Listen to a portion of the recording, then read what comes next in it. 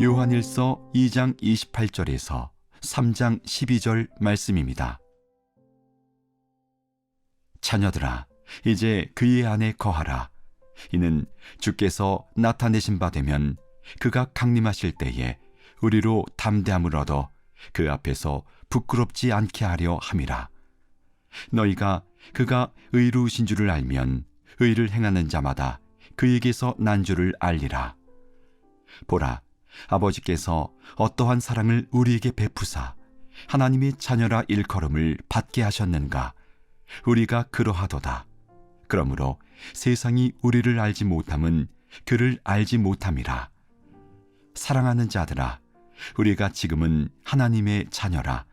장래에 어떻게 될지는 아직 나타나지 아니하였으나 그가 나타나시면 우리가 그와 같을 줄을 아는 것은 그의 참모습 그대로 볼 것이기 때문이니, 주를 향하여 이 소망을 가진 자마다 그의 깨끗하심과 같이 자기를 깨끗하게 하느니라.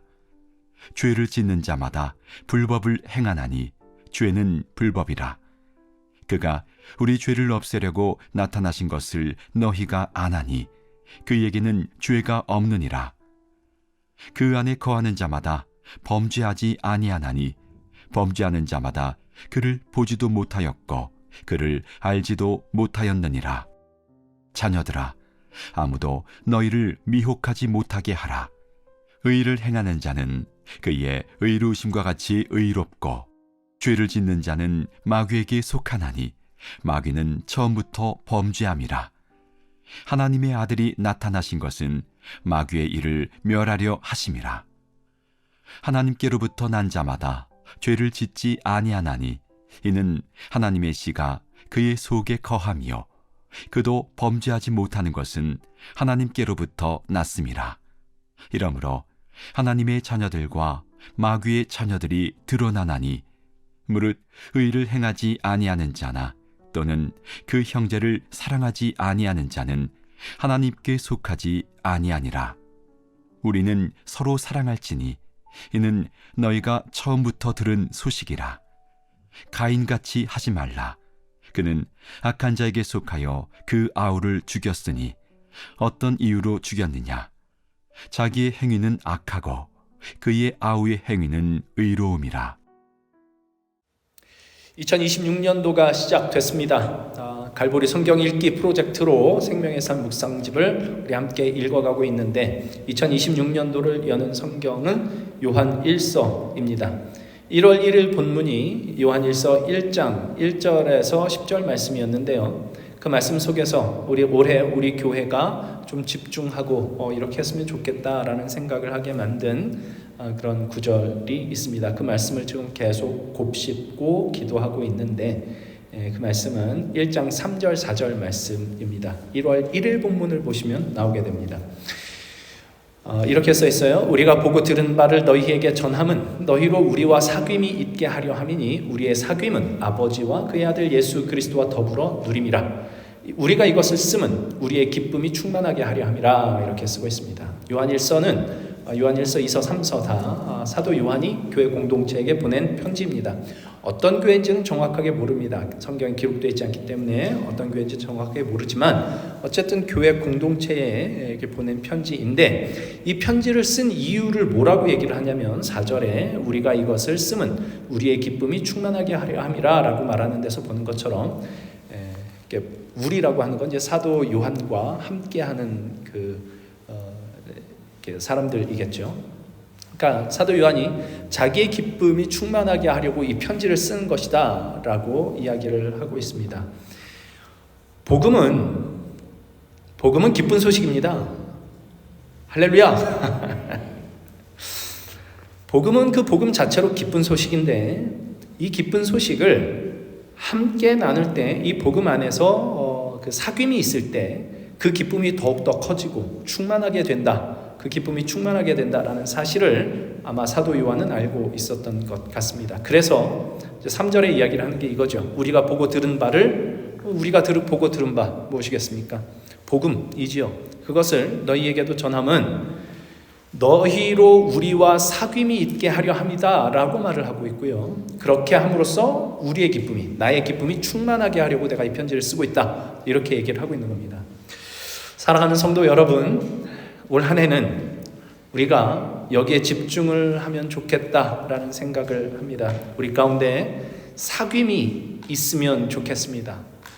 사귐이 있으면 좋겠습니다. 그 사귐은 그저 친분을 쌓자는 사귐이 아니라 아버지와 그의 아들 예수 그리스도와 더불어 누리는 사귐입니다. 우리 각자가 이 사귐을 먼저 가져야 됩니다. 아버지와의 사귐, 예수 그리스도와의 사귐. 그 사귐을, 아버지와 그 아들 예수 그리스도와의 사귐을 우리가 가질 때 우리가 하나님의 은혜를 거기서 맛보게 될 겁니다. 그리고 그 은혜를 서로 나눌 때 거기에 기쁨이 충만해질 겁니다.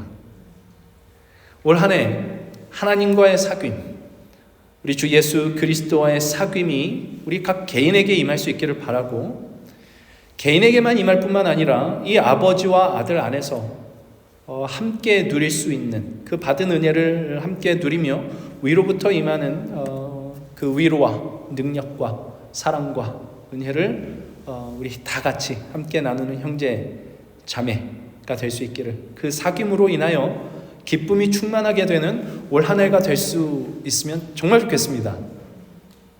그렇게 하시겠습니까? 해주세요. 어떻게 해야 될까? 이제 차차 얘기를 하겠습니다. 우리가 아버지와 아들 예수 그리스도와 더불어 사귐을 갖기 위해서 서로 나누어야 할 아주 중요한 하나님의 은혜가 오늘 함께 읽은 본문 3장 1절에 이렇게 나옵니다. 보라, 아버지께서 어떠한 사랑을 우리에게 베푸사 하나님의 자녀라 일컬음을 받게 하셨는가? 우리가 그러하도다. 우리가 그러하도다. 이거 우리 끊임없이 생각하고 새기고 나누어야 할 이야기입니다. 우리가 그러하도다. 어떻다고요? 우리가 어떠하다고요? 보라, 아버지께서 어떠한 사랑을 우리에게 베푸사 하나님의 자녀라 일컬음을 받게 하셨는가? 이거죠. 우리는 하나님의 자녀라 일컬음을 받는 사람들입니다. 그 일이 어떻게 일어났느냐? 예수님을 믿어 구원을 얻음으로 그 일이 일어났지요. 우리는 예수님을 믿어 구원을 얻고 하나님의 자녀가 됩니다. 예수님을 믿음으로 구원을 얻는데, 그러나 여기서 우리가 정말 꼭 잊지 말아야 될 것은 나의 믿음 이전에 예수가 먼저 온다는 거죠. 예수 그리스도, 그분이 없으면 믿음은 아무것도 아닙니다. 예수는 누구신데요? 하나님의 아들이시며 본질상 하나님과 동등하신 분이십니다. 그분이 우리를 구원하시기 위해 십자가에 달려 죽으셨습니다. 하나님께서 당신 자신을 우리에게 내어주신 하나님의 그 사랑과 은혜의 실체로 우리에게 허락된 우리의 주님, 우리의 구주, 그분이 예수 그리스도입니다. 이 예수를 우리가 믿음으로 구원을 얻는데, 믿음이라고 하는 것은 내가 얼마나 강하게 믿느냐, 여기에 믿음의 본질이 있지 않습니다. 믿는 대상이 얼마나 믿을 만한 존재냐 하는 것에 이 믿음의 본질이 있죠. 늘 거짓말을 하는 사람은 내가 아무리 강하게 믿는다 한들 그가 믿을 만한 사람이 되지 않습니다. 반대로 언제나 진실하고 성실한 사람은 내가 아무리 그를 약하게 믿어도 그가 진실하고 성실하다는 사실은 바뀌지 않습니다. 나의 믿음은 내가 믿는 그 대상이 얼마나 믿을 만한 존재인가를 아는 데서 이 믿음이 나오는 법이지요. 성경은 약속합니다. 예레미야 17장 7절 8절 말씀에 보면 이렇게 얘기를 해요. 무릇 여호와를 의지하며 여호와를 의뢰하는 그 사람은 복을 받을 것이라.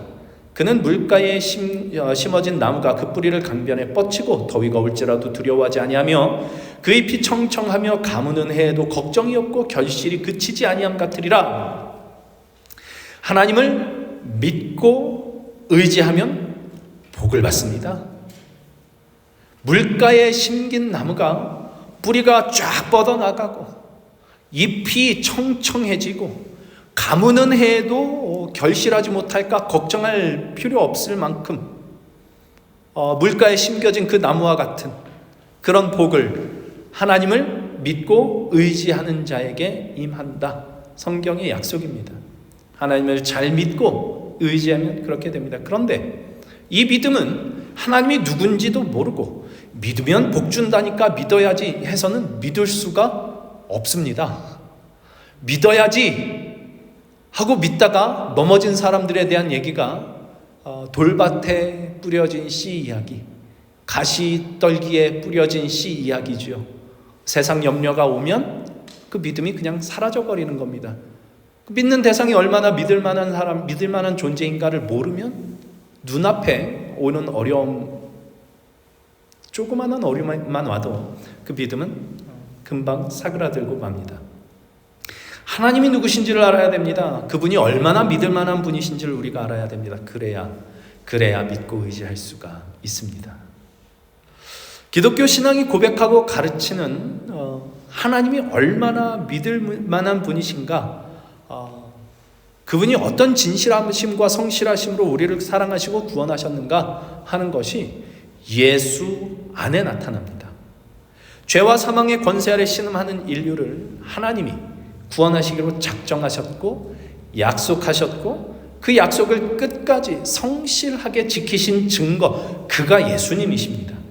그런 의미에서 우리는 예수님을 믿음으로 구원을 얻었다라고 고백을 하는 겁니다. 내가 믿어서가 아닙니다.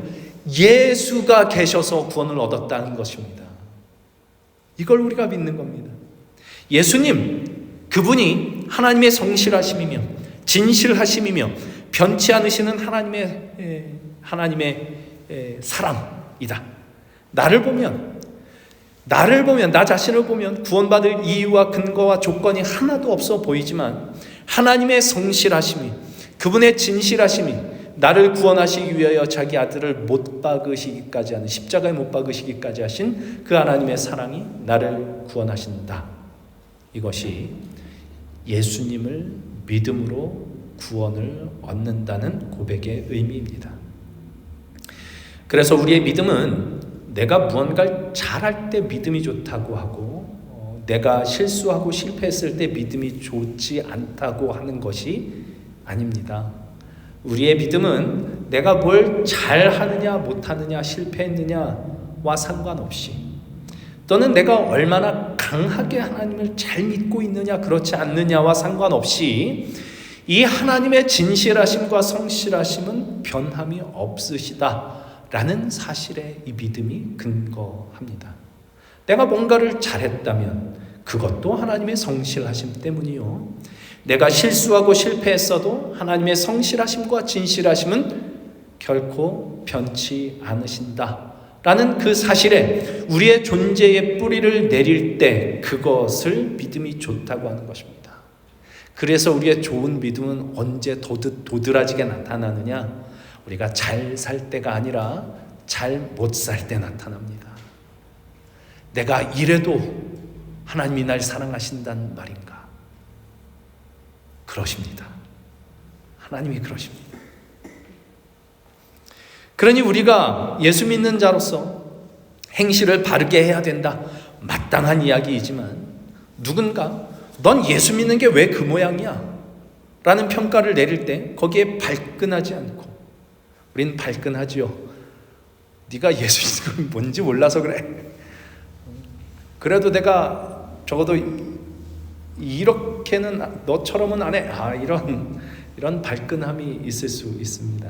우리 화요일마다 모여서 읽던 책의 내용 중에 이 영적으로 성숙한 사람, 영적으로 정서적으로 성숙한 사람은 이렇게 반응을 한대요. 어떤 지적을 했을 때, 나는 당신이 생각하는 것보다 사실은 훨씬 더 엉터리인 사람입니다. 예. 넌 예수 믿는 게 왜 그 모양이냐? 라는 지적을 받을 때 거기에 발끈하지 않고, 내가 그러니까 예수를 믿는 거다 라고 고백을 할 때 그것을 믿음이 좋다고 하는 겁니다. 내가 이 모양이라 예수님을 믿는 것이고, 내가 비록 지금은 이 모양이라 할지라도 하나님은 당신의 성실하심을 멈추지 않으시고 나를 인도하실 것이다. 그래서 내가 예수님을 믿는 것이다. 하나님은 나를 포기하지 않으신다. 하나님은 나를 사랑하시는 일에 지치지 않으신다. 예수님이 그 증거다. 내가 예수님을 믿는 이유다. 이게 좋은 믿음입니다. 내 존재의 뿌리를 하나님께 두는 거죠. 내 믿음에 내 존재의 뿌리를 두는 게 아니라 하나님께 내 존재의 뿌리를 두는 겁니다. 이게 믿음이고 이게 신앙입니다. 내가 믿음을 가지고 뭔가를 잘 해내는 것이 아니라 하나님께 내 뿌리를 두며 하나님께 소망을 두는 것입니다. 그래서 오늘 본문 말씀을 시작하면서 2장 28절부터 우리가 읽었는데 이렇게 시작을 하죠. 자녀들아 이제 그의 안에 거하라. 이렇게 얘기를 하죠. 오늘 본문 말씀을 보면 사실은 좀 우리가 좀 이해하기 어려운 그런 이야기도 나옵니다. 뭐냐면 6절에 그의 안에 거하는 자마다 범죄하지 않는다라는 말이 나오고요. 9절에도 하나님께로부터 난 자마다 죄를 짓지 않는다 이렇게 얘기를 합니다.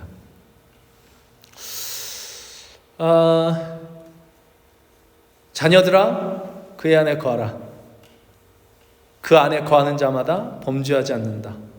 하나님께로부터 난 자마다 죄를 짓지 않는다. 그러니까 그 안에 거하는 자마다 하나님께로부터 난 자마다 이건 다 예수님을 믿어 하나님의 자녀라 일컬음을 받게 된 구원 얻은 그 상태를 얘기를 하는 거죠. 그러니까 말하자면 이겁니다. 구원 얻은 하나님의 자녀는 범죄하지 않는다.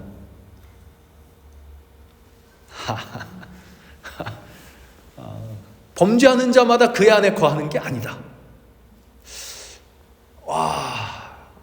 이게 무섭습니다. 여러분 구원 얻었죠? 예수님을 믿어서 우리는 구원을 얻었고 하나님의 자녀가 되었습니다. 범죄하지 않습니까? 죄를 짓지 않습니까? 저는 자신 있게 대답 못합니다. 그러니까 이 6절과 9절에 나오는 이 말은 사실은 구원을 얻으면 잘못을 하나도 저지르지 않게 된다 이런 말은 아닙니다. 우리 안에 있는 미움, 시기, 질투의 감정, 불의함 이런 것들이 깨끗하게 사라진다라는 말도 아닙니다. 우리가 여전히 잘못을 저지름에도 불구하고 여전히 누구를 미워하기도 하고 용서치 못하고 그래서 부끄럽고 죄책감이 있는데도 불구하고 하나님을 떠나는 범죄는 저지를 수 없는 사람이 됐다라는 말입니다. 이것이 하나님의 사랑을 받은 하나님의 자녀에게 일어나는 일입니다. 여러분 상상을 해보십시오. 제 아들이 언젠가 와가지고 몇 년 전에 있었던 일인데 저한테 와서 물어봤습니다. 어디서 그 얘기를 들었나 봐요. 그 칼빈 교리 중에 성도의 견인이라는 교리가 있고 그 성도의 견인이라는 교리 이렇게 얘기를 안 해도 이제 이 얘기 많이 들었을 겁니다. 우리가 한번 얻은 구원은 영원하다. 주님 안에서 보장된다. 이게 저는 사실은 이게 기계적으로 이렇게 하는 말은 옳지 않다고 생각을 합니다. 이걸 기계적으로 하는 데가 어디냐면 구원파입니다. 그래서 언젠가 우리 김세훈 교수님이 플러신 학교 김세훈 교수님이 한국 교회들이 대부분 구원파 같은 가르침을 가르치면서 구원파를 보고 이단이라고 그런다 이렇게 얘기를 했는데 어느 정도 공감이 가는 말입니다. 그러나 한 번 얻은 구원이 영원하다는 그 사실은 저는 믿습니다. 이게 기계적으로 난 믿어서 구원 얻었으니까 이제 천국 당연히 가게 된다. 구원을 잃어버리지 않는다. 이게 기계적으로 이렇게 얘기를 하는 건 아니지만 그러니까 한번 상상을 해보십시오. 제가 아들이 저한테 그걸 물어봤어요. 한 번 받은 구원이 영원하냐? 하나님을 떠나도 그러냐? 이렇게 물어. 하나님을 떠나면 당연히 안 되지.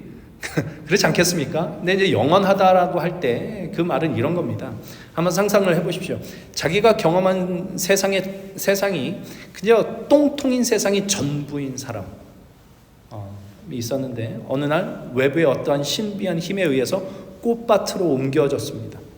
이 사람은 여전히 자기가 마음만 먹으면 똥통의 세상으로 돌아갈 수가 있습니다. 근데 가고 싶겠습니까? 안 가고 싶겠죠. 똥통의 세상으로 다시 가고 싶지 않겠죠. 이게 구원 얻은 하나님의 자녀에게 일어나는 일입니다. 우리는 정말로 신비로운 하나님의 은혜와 사랑으로 구원을 얻습니다. 하나님 없는 어둠의 세상, 똥통의 세상으로부터 하나님께서 함께 하시는 빛의 세상으로, 꽃이 만발한 아름다운 세상으로 우리를 하나님이 옮기신 겁니다. 이걸 골로새서 1장 3절, 13절에서 이렇게 정확하게 얘기를 합니다. 그가 우리를 흑암의 권세에서 건져내사 그의 사랑의 아들의 나라로 옮기셨다. 이렇게 얘기를 하죠. 이게 우리가 얻은 구원입니다. 똥통의 세상에서 빛의 세상으로, 꽃밭의 세상으로, 하나님 없는 세상에서 하나님께서 함께 하시는 세상으로, 그의 사랑의 아들의 나라라는 그 아름다움이 있는 그 세상으로 옮김을 받은 것이 우리가 얻은 구원입니다. 그의 사랑의 아들의 나라라는 그 아름다움을 맛봤는데 다시 흑암의 세상으로 돌아가고 싶은 생각이 들겠습니까? 우리는 물론 그의 나라로 옮김을 받고도 거기서 실수하고 넘어지고 잘못을 저지릅니다.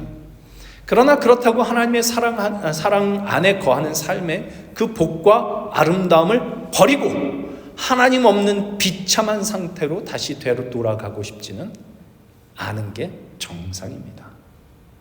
베드로의 표현을 빌면 영생의 말씀이 주께 있사오니 우리가 어디로 가겠습니까? 이 말씀이죠. 똥통에서 꽃밭으로 옮김을 받은 사람은 이렇게 얘기를 할 겁니다. 아름다운 세상이 하나님께 있는데 어떻게 똥통으로 다시 되돌아갈 수 있단 말입니까? 우리는 하나님의 구원의 아름다움과 그 은혜의 아름다움과 하나님의 사랑의 그 풍성함과 기쁨을 예수 그리스도 안에서 맛본 사람들입니다. 어떻게 하나님 없이 사는 삶으로 돌아갈 수 있겠습니까? 그럴 수 없습니다. 이것이 6절과 오늘 보면 6절과 9절에 그 안에 거하는 자마다 하나님께로부터 난 자마다 죄를 짓지 아니한다라는 말씀의 의미입니다. 원래 여기 죄를 짓지 않는다라는 이 말씀은요, 영어 번역이 조금 더 이해하기 좋게 나오는데 여기 보면 영어로도 나와 있어요. 그 밑에 보시면 이렇게 나와 있습니다. Not keep on sinning. 이게 죄를 짓지 않는다. 우리말로는 그렇게 번역이 되어 있어요. Not keep on sinning. 9절에서는 not continue to sin 이렇게 되어 있습니다. 그러니까 지속적으로 죄를 짓지 않는다는 말이죠. 죄가 사라져 버린 게 아니라 죄를 짓고도 아무렇지도 않게 그 죄에 머물러서 그 죄를 지속적으로 짓지는 않는다라는 얘기예요. 왜냐? 거기가 똥통이라는 걸 아니까. 거긴 너무 비참하다는 걸 아니까. 이것이 1절에서 보라, 아버지께서 어떠한 사랑을 우리에게 베푸사 하나님의 자녀라 일컬음을 받게 하셨는가에 담긴 뜻입니다. 하나님께서 어떤 사랑을 베푸사 우리 안에 어떤 일이 일어났는지를 봐라. 우린 죄를 미워하게 됐다. 그래서 죄를 짓지 않게 됐다가 아니라 죄를 짓고도 아무렇지는 않을 수 없게 됐다입니다. 사도 바울이 로마서에서 이런 이야기를 합니다. 7장 18절 이하에 조금 긴데 이렇게 얘기를 해요. 내 속 곧 내 육신에 선한 것이 거하지 아니하는 줄을 아노니 원함은 내게 있으나 선을 행하는 것은 없노라. 선을 행하는 것이 없는 걸 어떻게 알게 되죠? 선을 행하고 싶어 하니까 선이 행할 능력이 없다는 걸 알게 되죠. 선을 행하고 싶어 하지 않으면 선을 행할 능력이 없다는 걸 발견을 못합니다.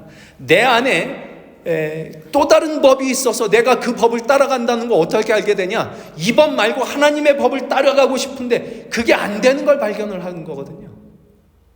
그래서 내 안에 선을 행하는 것은 없다. 내가 원하는 바 선은 행하지 아니하고 도리어 원하지 아니하는 바 악을 행하는도다. 만일 내가 원하지 아니하는 그것을 하면 이를 행하는 자가 내가 아니요 내 속에 거하는 죄니라. 그러므로 내가 한 법을 깨달았노니 곧 선을 행하기 원하는 나에게 악이 함께 있는 것이로다. 내 속사람으로는 하나님의 법을 즐거워하되 내 지체 속에서 한 다른 법이 내 마음의 법과 싸워 내 지체 속에 있는 죄의 법으로 나를 사로잡는 것을 보는도다. 오호라, 나는 곤고한 사람이로다. 이 사망의 몸에서 누가 나를 건져내랴. 예수를 믿어 구원을 얻고 하나님의 자녀가 되면 하나님의 뜻을 따르고자 하는 마음의 소원이 당연히 생깁니다. 하나님께서 죄를 미워하시니 나도 죄를 미워하게 됩니다. 여러분, 죄를 미워하시지요? 근데 그 미워하는 죄를 짓는 걸 보지 않습니까? 연약한 육신이 따라주지 못하기 때문이죠. C.S. 루이스가 이런 말을 했습니다. 바람이 얼마나 센지 알려면 누워있을 것이 아니라 바람에 맞서 봐야 한다. 죄를 미워하고 그래서 죄와 싸워보려 하기 전에는 죄의 힘이 얼마나 큰지, 내가 얼마나 죄에 대해서 연약한 자인지 알 수가 없습니다. 지난주에 베드로 얘기를 했는데, 베드로가 예수께서 붙잡혀 가실 때 그 뒤를 따라 제사장의 뜰에 가지 않았다면 예수님을 부인할 일도 없었을 겁니다. 주님을 향해 자기가 가졌던 그 열심이 얼마나 보잘것없는 것인지도 알 수가 없었을 겁니다. 거기 가봤으니까 알죠. 내가 죽기까지 주를 따르겠습니다. 이거 한번 해보겠다고 거기까지 따라가니까 알게 된 거죠. 사도 바울이 오호라, 나는 곤고한 사람이로다. 이 사망의 몸에서 누가 나를 건져내랴 라고 탄식을 하는 것은 죄와 사망의 법과 치열하게 싸웠기 때문에 나오는 탄식입니다. 구원 얻은 성도들에게만 있을 수 있는 탄식입니다. 우리가 우리 안에 있는 옛사람, 죄의 본성과 싸우려 하면 이 탄식이 나올 겁니다. 우린 약하거든요. 하나님의 법을 따르고자 하는 마음은 있는데 내 속에 그걸 따르지 못하는 또 다른 법이 있는 것을 보게 되거든요. 우리의 의지는 정말 보잘것없다는 것을 확인하거든요. 그래서 그 탄식을 할 겁니다. 오호라, 나는 곤고한 사람이로다. 누가 나를 이 사망의 몸에서 건져낼 것인가. 그런데 그 탄식, 죄를 미워하는데, 그런데 여전히 잘못을 저지르는 우리의 죄책감과 부끄러움 때문에 터져나오는 이 탄식이 복입니다. 이 탄식이 있어야 비로소 사도 바울의 이 복된 고백이 나오거든요. 오호라, 나는 곤고한 사람이로다. 이 사망의 몸에서 누가 나를 건져내랴 라는 이 탄식 후에 곧바로 이렇게 얘기를 합니다. 우리 주 예수 그리스도로 말미암아 하나님께 감사하리로다. 베드로가 예수님 따르고자 했기 때문에 죽을 뻔했습니다. 그래서 예수님을 3번 부인했습니다. 그랬으면 이제 예수님을 떠나면 제일 편하게 살 수 있습니다. 그러나 그러지 않지요. 통곡을 하고 괴로워합니다. 그리고 부활하신 예수께서 오셨을 때 주님 다시 영접하고 내가 주님 사랑하는 줄을 주님이 아십니다. 그럽니다. 예수님을 3번이나 부인하는 그 엄청난 죄를 저질렀는데 저주까지 하면서 예수님을 부인했는데 주님 사랑하는 줄을 주님이 아십니다. 이제 또 주님, 또 다시 오신 주님 다시 따라가다 보면 또 어떤 괴로움이 있을 수 있는데, 어떤 괴로움이 있을지 모르는데 주님을 떠날 수는 없습니다. 왜냐? 그가 하나님께로부터 난 자이기 때문입니다. 오늘 우리는 얼마나 많은 죄를 짓고 있을까요? 마음으로, 행동으로. 얼마나 많은 죄를 짓고 얼마나 많은 부끄러움과 안타까움과 죄책감을 갖고 있을까요? 그 모든 부끄러움과 안타까움과 죄책감은 우리가 하나님께로부터 났기 때문에, 구원을 얻었기 때문에 가지게 되는 것들입니다. 우리는 예수님을 믿지 않았다면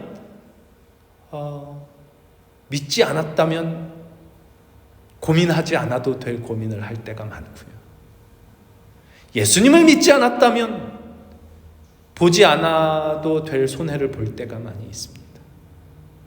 예수를 믿지 않았다면 지지 않아야 할 짐을 져야 될 때도 있고, 예수님을 믿지 않았다면 내가 이렇게 못했다고 해서 이거 가지고 그렇게 괴로워할 일도 없었을 그런 괴로움을 가질 때가 있습니다.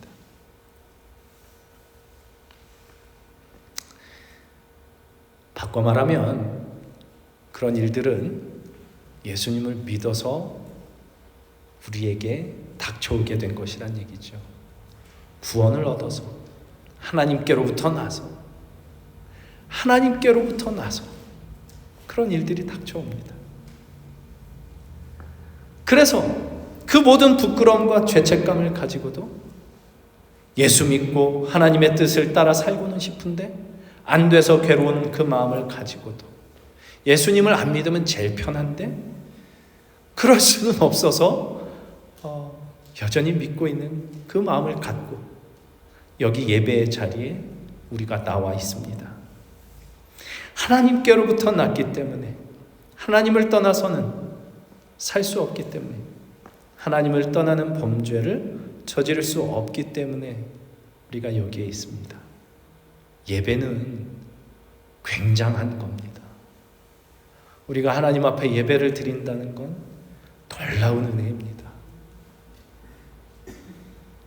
하나님께로부터 난 자마다 죄를 짓지 아니하나니 이는 하나님의 씨가 그의 속에 거함이라. 이게 우리들입니다. 보라, 하나님께서 어떠한 사랑을 우리에게 베푸사 하나님의 자녀라 일컬음을 받게 하셨는가? 우리가 그러하도다. 저와 여러분입니다.